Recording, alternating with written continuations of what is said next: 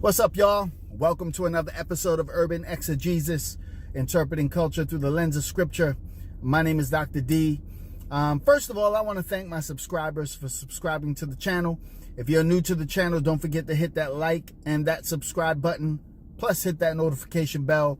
If you have any kind of topics that you would like for me to discuss, please don't forget to hit me up in the comments section, and I will do my best to respond to some of the subjects that you might want me to cover.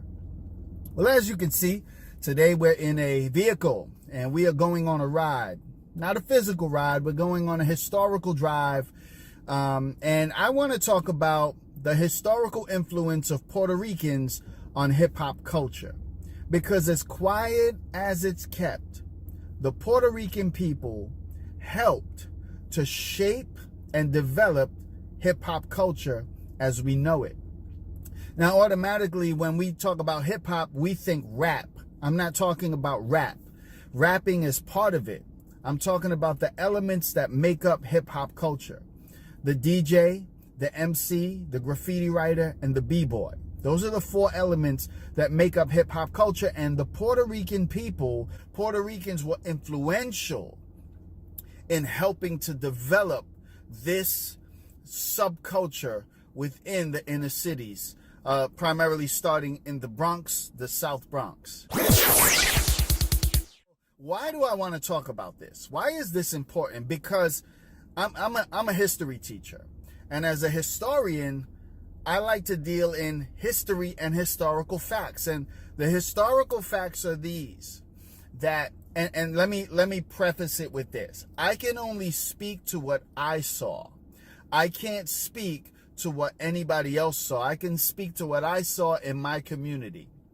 I grew up in the South Bronx. I grew up in a community that was African American and Hispanic, with a little bit of, Asian and Caucasian mixed in, but it was primarily African American and Hispanic. And I grew up seeing the Puerto Ricans involved in MCing, DJing, b-boying, and graffiti writing.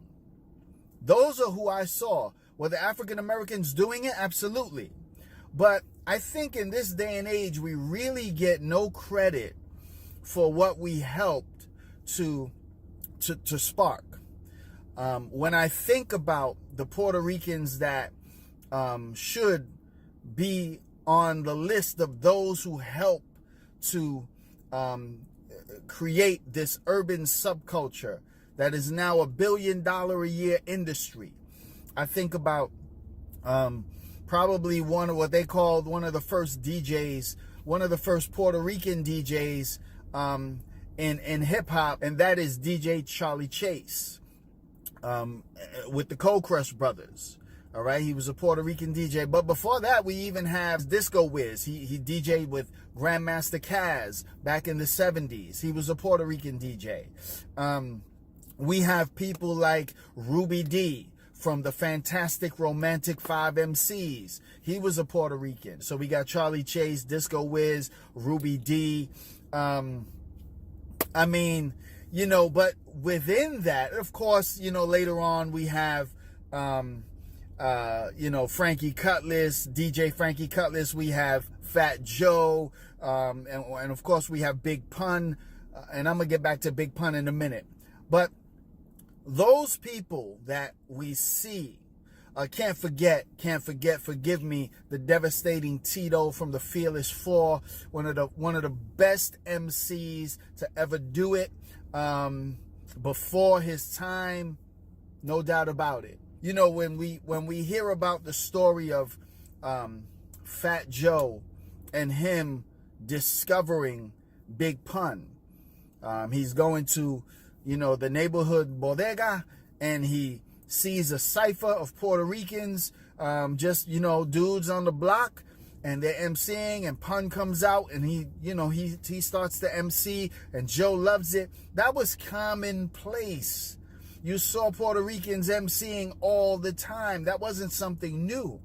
Puerto Ricans have been involved in hip-hop culture since the inception of hip-hop culture. That needs to be known. That needs to be known. When I think of the Puerto Rican influence, I think of another Puerto Rican from the Bronx by the name of Joe Conzo, who is known for taking hip-hop's baby pictures. And you can see a book that he's involved in called Born in the Bronx. And Joe Conzo was at all the jams, taking all those early flicks of the hip-hop jams. And then, you know, when we talk about the B-boy crews, I mean, most of the B-boy crews consisted of Puerto Ricans. Of course, there were African Americans. And of course, make no mistake, African Americans invented what we come to be known as B-boying. But Puerto Ricans were definitely in the mix while the invention was happening. They were right there with them. They were with each other. Okay, there wasn't this separation. We lived among each other. So what we saw one do, we did. It was what was hot. It was what was out there, right? So, of course, we got the Rocksteady crew, Crazy Legs, and the crew, the New York City Breakers, the Dynamic Rockers. I mean, the list goes on and on and on. And really, what I really want to say is that there needs to be more of a record of the historical influence that Puerto Ricans have made to hip-hop culture. Okay, that is, it is so important. It is so vital. When I think of, let's talk about Big Pun, who I think was one of the greatest MCs to ever do it. Notice, I didn't say one of the greatest Spanish MCs, one of the greatest Puerto Rican MCs. He was one of the greatest MCs to ever do it, period. Right? When everybody heard him, they said, who is that and what? And then when they saw him, they were like, yo, that's a Puerto Rican dude. When we see the BET Awards, when we see the MTV Awards, when we see the Hip Hop Honors, they will honor Tupac. They will honor Biggie. But they will never honor one of the best to ever do it, Big Pun. Like, he needs to be included in this. Tupac died in his prime. Biggie died in his prime. Pun died in his prime. And Pun, the first Puerto Rican to go platinum, I mean, that's huge. And so the contribution, I mean, his wife Liza has been saying this for so long that it's a shame that Pun is never acknowledged. Puerto Rico has just gone through a very tough time from Maria to today. And I just wanted to acknowledge that we had a historical influence on one of the greatest urban subcultures to ever come out on the planet Earth. The Puerto Rican people helped to shape hip-hop culture.